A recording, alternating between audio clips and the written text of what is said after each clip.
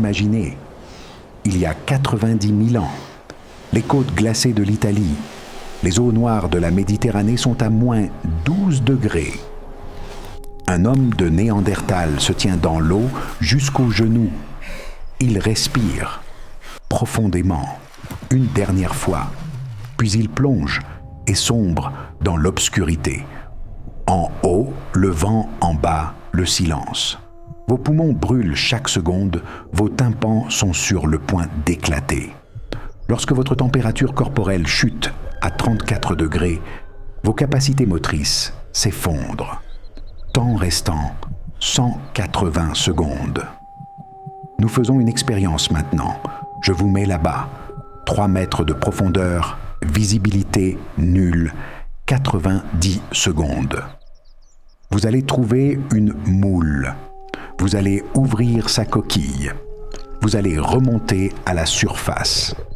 Mais voici le paradoxe. Si vous bougez vite, votre oxygène s'épuise en 40 secondes. Et si vous bougez lentement, le froid vous paralyse en 2 minutes. Les deux signifient la mort. Les films vous ont menti. Les ressources marines n'étaient pas gratuites. Chaque moule a coûté une plongée où quelqu'un a subi des dommages cérébraux permanents. Ce n'est pas une histoire de survie. C'est une histoire d'ingénierie thermique, de physique de la pression et d'adaptation irréversible. Abonnez-vous, la véritable chasse sous-marine commence. Avant le début de l'opération, votre corps se bat déjà. Vous êtes sur le rivage, vitesse du vent 40 km/h, température de l'air moins 8 degrés. Chaque centimètre carré de votre peau perd 0,3 calories par seconde. Le noyau corporel est déjà passé de 36,7 à 36,2 degrés. Vous n'êtes pas encore entré dans l'eau. Et les 30 premières minutes, le métabolisme compense, les muscles tremblent, brûlent de l'énergie. 400 calories partent par heure juste pour rester debout. 2 heures plus tard, vos capacités motrices chuteront de 40%. Les doigts perdront leur force de préhension. 6 heures plus tard, votre mécanisme de décision est au seuil critique. L'hypothalamus s'effondre. 10 heures plus tard, la mort commence. Les reins s'arrêtent. Le rythme cardiaque devient chaotique. Mais voici le vrai problème. Ces 30 minutes avant de plonger sont vitales. Car votre corps sait ceci. Une fois immergé, la thermodynamique devient irréversible. Chaque apnée, chaque mouvement multiplie le coût biologique. Les crânes trouvés dans la grotte Grotta dei Moscerini le prouvent. Il y a des excroissances osseuses dans les conduits auditifs, des structures appelées exostoses. Ces os ne se forment que dans une seule condition. L'eau froide et le vent doivent frapper le tympan régulièrement pendant des années. Les recherches médicales montrent que cette croissance commence après au moins 5 ans d'exposition continue. Donc ces Néandertaliens n'ont pas fait de plongée unique. Ils entraient dans l'eau systématiquement chaque saison pendant des années.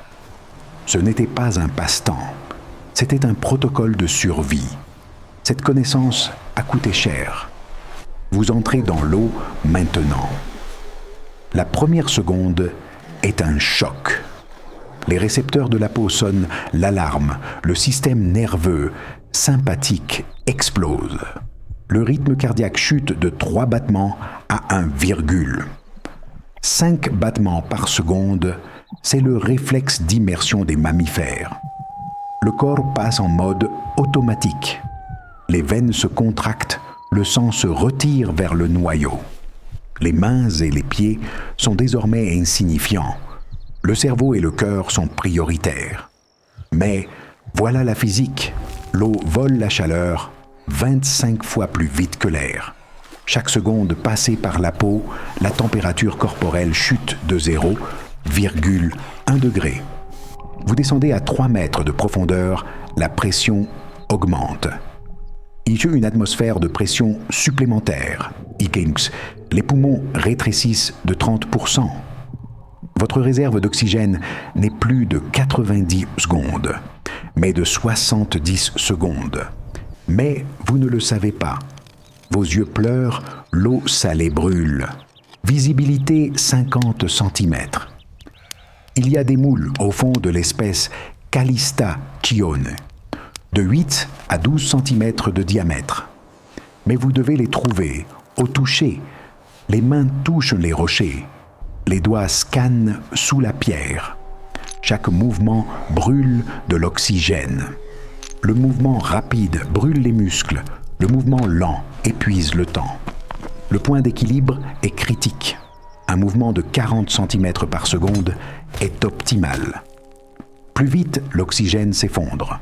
Plus lent, le froid gagne. Les études d'archéologie expérimentale des années 1950 ont montré qu'un homme adulte moyen peut rester entre 85 et 110 secondes à 3 mètres de profondeur dans une eau à 12 degrés. Mais ce sont des conditions de laboratoire. À l'âge de glace, il y a du vent, il y a des vagues, il y a du courant. La durée réelle est de 60 à 75 secondes. Vous avez trouvé la moule. Maintenant, vous devez l'arracher. La coquille est collée au rocher. Elle tient par des fils de byssus. Vous tirez, elle ne casse pas. Le bout des doigts commence à s'engourdir. Lorsque la température de la peau chute sous 12 degrés, le sens du toucher diminue de 80%. Vous ne voyez plus, vous ne sentez plus. Vous travaillez uniquement avec la mémoire musculaire ancrée. Une odeur vient d'ici, l'odeur des algues vertes et du sel froid. Les mains frottent les rochers. La peau se déchire, mais vous ne ressentez pas la douleur. Car le froid crée une anesthésie naturelle. Le plan A s'est effondré. La moule ne casse pas. 50 secondes sont passées. Les poumons brûlent. C'est le moment de décision. Remontez-vous ou continuez-vous? Le cerveau envoie un signal de manque d'oxygène. L'hippocampe est en mode panique. Mais vous ne pouvez pas paniquer, car la panique signifie adrénaline. L'adrénaline signifie rythme cardiaque rapide. Cœur rapide signifie épuisement de l'oxygène. 15 secondes plus tard, vous vous évanouissez. Vous ne pouvez pas remonter. Vous coulez. C'est irréversible. La physique ne pardonne pas, la biologie ne pardonne pas. Décision. Laissez la moule et en chercher une autre. Les mains scannent à nouveau cette fois un sol plus mou. Voilà une moule à moitié enfouie dans le sable. Elle est tirée, elle vient. Mais maintenant, un nouveau problème. Allez-vous remonter vite ou lentement? Si vous montez vite, les muscles font une explosion d'oxygène. Il reste 10 secondes.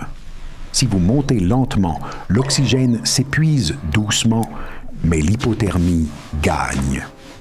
Les os de poisson trouvés dans la grotte de Jerry Malay donnent la réponse à ce dilemme. Il y a 42 000 ans, Homo sapiens chassait le thon. Le thon est en haute mer, à 10 ou 15 mètres de profondeur. Pour l'attraper, il faut un harpon, il faut de la vitesse, il faut de la coordination. Ils avaient appris le protocole de sortie, les 2 premiers mètres lentement, le dernier mètre en explosion. Pourquoi? Car dans l'eau peu profonde, il y a la lumière du soleil, il y a de l'oxygène, il y a de la chaleur. Si vous franchissez ce dernier mètre en 3 secondes, le corps gagne. Vous sortez à la surface, l'air frappe votre visage. La bouche ouverte, les poumons se gonflent. La première respiration brûle, la deuxième soulage. Mais les mains ont commencé à trembler, réflexe de frisson.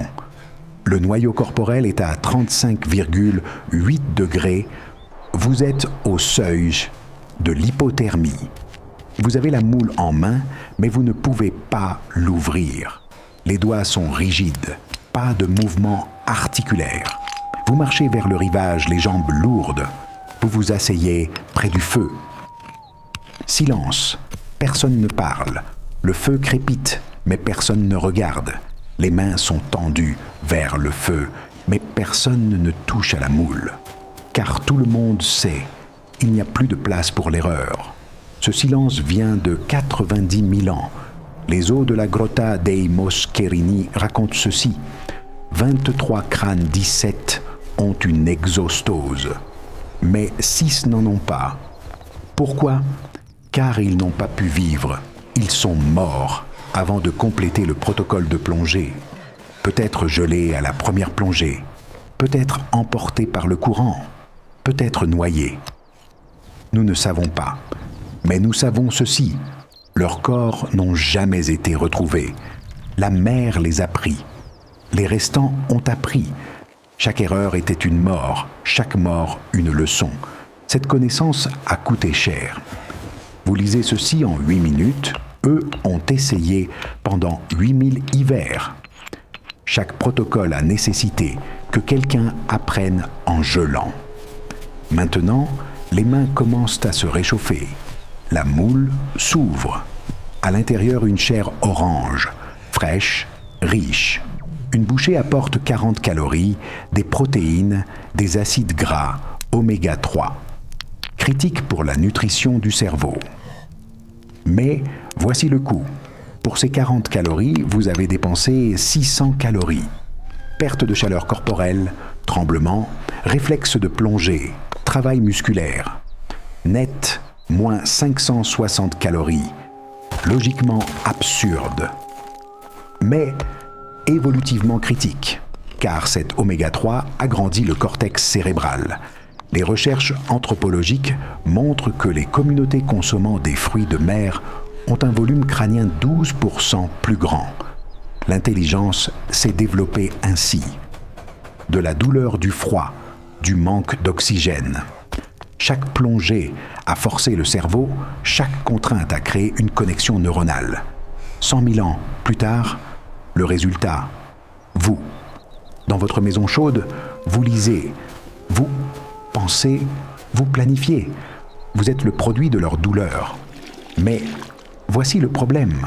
Qui a fait cette première plongée ? Qui est descendu à 3 mètres de profondeur pour la première fois et est remonté ? Et les archives archéologiques donnent une réponse, mais une réponse douloureuse. Dans la grotte de Pinnacle Point, en Afrique du Sud, des coquilles d'huîtres datant de 100 000 ans ont été trouvées.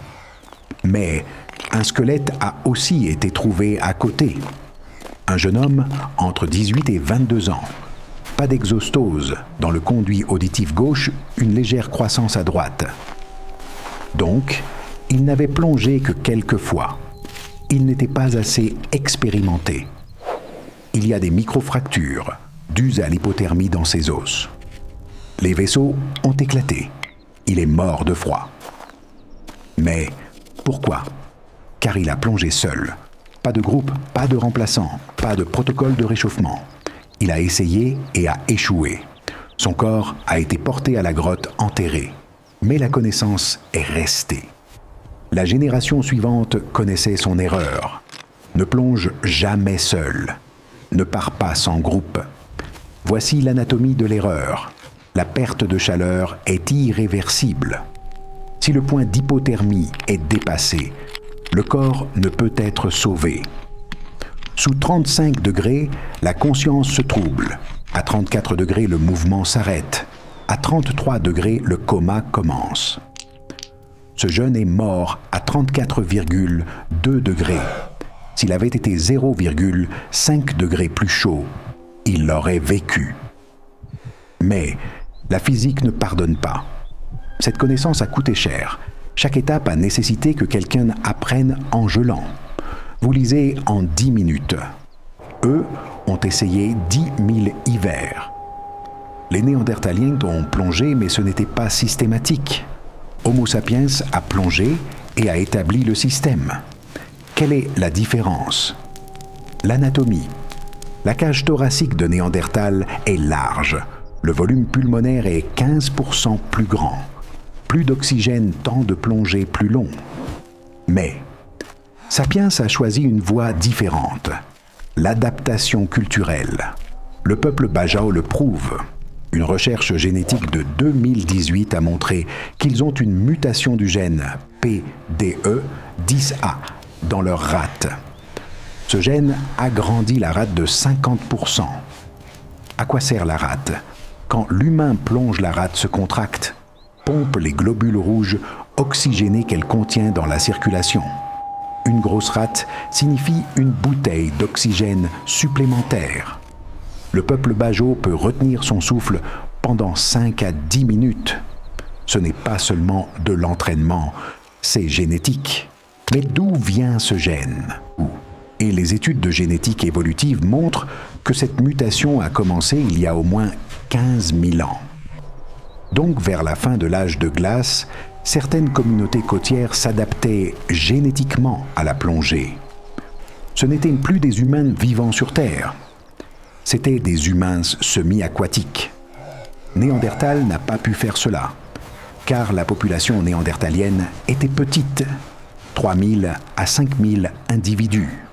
Pas de diversité génétique faible, chance de mutation. La population sapiens était grande, 50 000 individus. Chaque génération, une nouvelle mutation. Chaque mutation, une nouvelle chance. 1000 générations plus tard, le résultat. Certains avec de grandes rates, certains avec un métabolisme rapide, certains avec un revêtement cutané épais. La sélection naturelle a laissé les meilleurs. Les mauvais ont gelé les bons, se sont multipliés. C'est l'évolution impitoyable, mais efficace. C'est là qu'intervient la continuité culturelle. Comment la connaissance est-elle transmise? Les anciens, un Néandertal de 60 ans, porte 600 hivers d'expérience. Chaque hiver, au moins 20 plongées au total, 12 000 plongées. Il a vu chaque erreur, vécu chaque boire du sang animal, filtré l'eau de neige, source d'eau sous glaciaire. La biologie dit ceci. Si vous restez sans eau 3 jours, la viscosité du sang augmente. Les reins s'arrêtent, le cerveau gonfle. Mais dans le froid, la perte d'eau est plus lente. Peut-être 5 jours, peut-être 7 jours. Mais c'est quand même la mort. La question intrigante. Combien d'eau ces gens de l'âge glaciaire buvaient-ils chaque jour et où la trouvaient-ils? Les réponses sont sous la terre. Dans les rapports de fouilles, dans les analyses osseuses, dans les mesures isotopiques. Chaque os est une histoire. Chaque dent est un protocole. Ils ne peuvent pas parler, mais la physique parle. Abonnez-vous à l'âge glaciaire. L'information est la vie. Le protocole de l'eau arrive.